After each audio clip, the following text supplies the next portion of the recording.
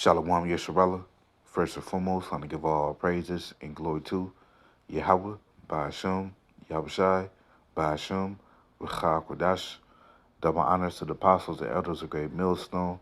Peace and blessing to those Le'akim that's preached the word in all truth and sincerity. Our lone Israelite foreigner brothers that look like the heathens, but the line of outside goes back to the nation of Israel, which nation of Israel are you so-called Negroes, Latinos, and Native Americans through the prophecies and curses of Deuteronomy 28 chapter and throughout the Bible. So this is Brother Yakar Amount the lesson, and today's lesson will be entitled Part 5, Foundation Precepts, and it's going to go on some scriptures, and Lord willing, you brothers and your sisters out there be edified through the spirit and power of Yahweh Shemel Shai, you know, and I'll be continuing the series, which I did 4 parts already, and today will be the 5th part on the title Foundation Precepts. Which the foundation precepts are the basic scriptures that we all must master in the faith. And the scriptures that we all first learned when we came in the truth. So I just wrote a couple down, and I'm gonna go into them. And once again, Lord willing, you brothers and your sisters out there be edified through the spirit and power of Yahweh Shemel Shai. And I looked at the word foundation, going to Google. The second definition, it means an underlying basis or principle. It says basis, starting point, base, beginning, right?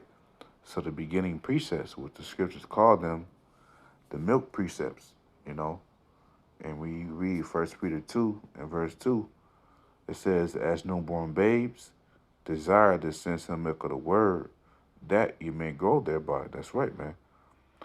So when a brother repents and come in the truth, he's like a newborn babe. He has to learn everything over. He has to learn everything over again, man.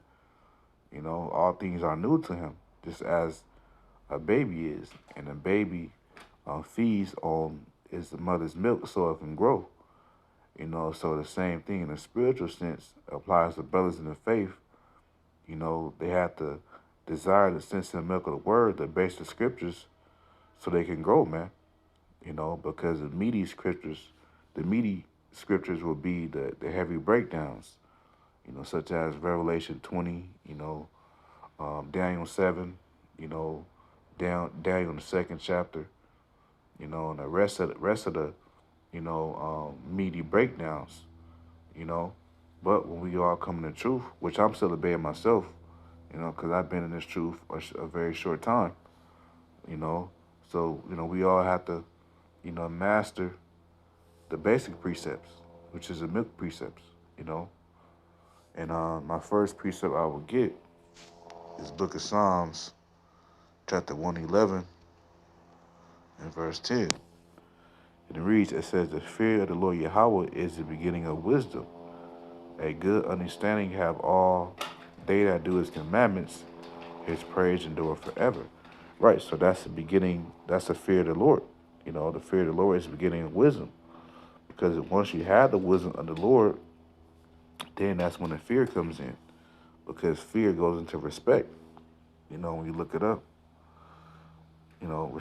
fear is from the Hebrew word yara'ah, which means fear, terror, fearing. We go right here, it says fear of God, respect, reverence, piety.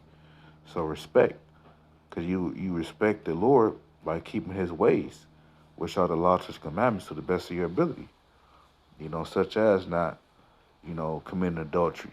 You will fear the Lord can take you out, and that's why you don't do that profane act, murder, premeditated murder, um, worshiping other gods, and many others, you know. So that's the fear. The fear of the Lord is the beginning of wisdom, you know. So now let's go to Isaiah. I just chose random precepts I can, this is Isaiah 13 and verse 12. It says, I will make a man more precious than fine gold, even a man than the golden wedge of Ophir. That's right. So this man is talking about the elect man of Israel, a man and the Lord, man. You know, but the Lord in these in these upcoming troubling times, which is Jacob's trouble, that's about to come to America very soon. The Lord's gonna make His elect more precious than fine gold, man, because we know gold is very precious. You know, so the elect men of Israel is gonna be very precious, man. You know, because they're gonna be the ones that's part of the elect first and foremost, and they had a knowledge to what's going on when all hell break loose, while everybody else doesn't know why all these things are happening. But the only one that's gonna know are the elect men of Israel, which will make them valuable. You know, a high value man, valuable man. You know, so um, because it's gonna be a point in time when you read Isaiah 4:1. It says, "And in that day, 7 women shall take hold of one man." Now, 7 women could be.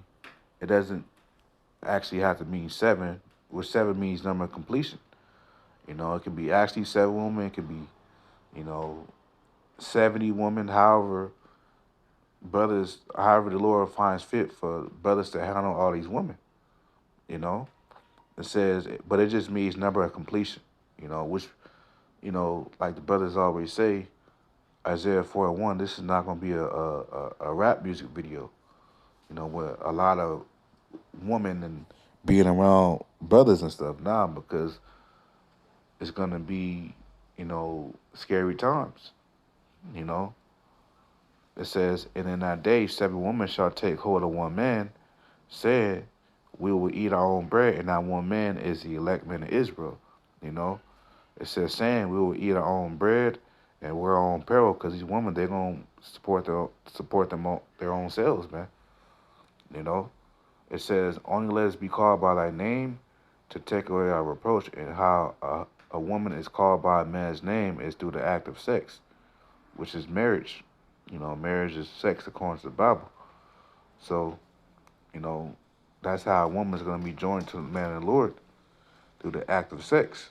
If the elect man of the Lord chooses to take in that woman, because a lot of women going to be rejected, man.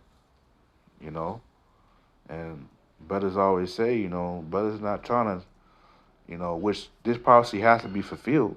You know, but like I said earlier, it's not going to be a rap music video. You're not going to see brothers with 200 women and stuff, man, because, they don't know if they're going to be saved. So, and that's going to be a liability during Jacob's trouble, having all these women with you, man. But brothers are going to have women according to the scripture, because the prophecy, this future prophecy, this scripture has to be fulfilled, you know. So brothers are going to have women, whether 2 or 3 women, or however the Lord finds fit for that brother, however woman the Lord wants that brother to have, you know. So, um, now let's go to the next one, the book of Habakkuk, the 2nd chapter, verse 2 and 1. It says, I'm reading 1 through 4. It says, I will stand upon my watch and set me upon the tower. Right, because the prophets, they were the watchmen. They were the ones that set upon the tower spiritually, and whenever a future event will come, they will warn the people. For example, in today's day, um, we know destruction is coming, famine is coming, pestilence, race wars. So we warn our people before it comes to pass. You know, it says, I will stand upon my watch and set me upon a tower, and will watch to see what he will say unto me, and what shall I answer when I am approved. And the Lord Yahweh answered me and said, write the vision, which the vision are the prophecies. You know, it says, and make it plain upon tables, that he may run that readeth it. For the vision is yet for an appointed time.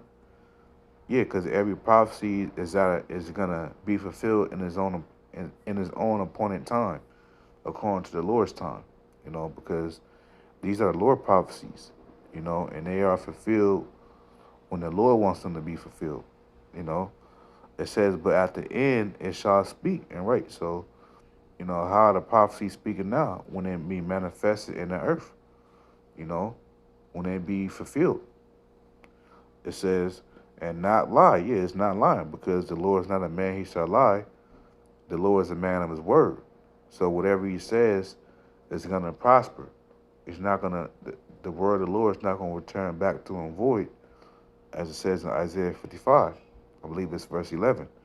You know, it says, though it tarry, so, though it take a long time, though it can take a long time, wait for it because it will surely come. It will not tarry. So we're supposed to wait for the prophecy, even though the Lord can extend it out. We still supposed to wait, you know, because we have to be long suffering in this truth, man. Just as the Lord is long suffering, So we know these things are gonna happen. The prophecy is gonna happen, but we gotta wait, you know. It says, verse 4. It says, "Behold, his soul," which this is talking about Esau's soul, the so-called white man's soul. "Behold, his soul, which is lifted up, is not upright in him, so he doesn't have a righteous spirit." Esau, the Edomites, the Caucasian race, they have evil spirits on them. It says, "But the just, which are the righteous, shall live by his faith." Right. Because the Apostle Paul said, all men have not the faith. And Apostle Paul was actually reiterating from the scripture. Let me see, trying to find it. Not the faith. Faith.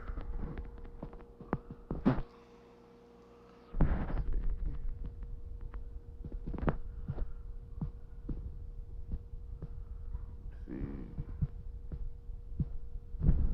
You can say Romans 1.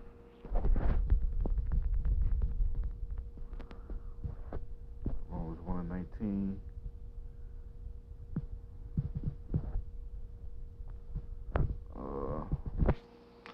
Yeah, I remember Apostle Paul said something like that.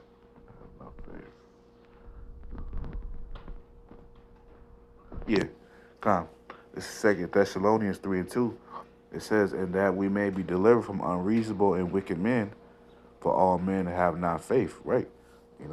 So having faith is what the just will have, the righteous will have, which are the elect men of Israel. You know. So I'm trying to look for this other precept also.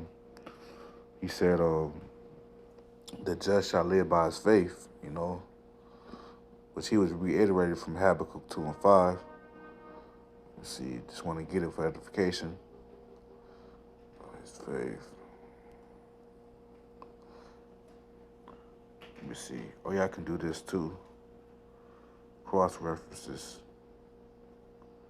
Let's see.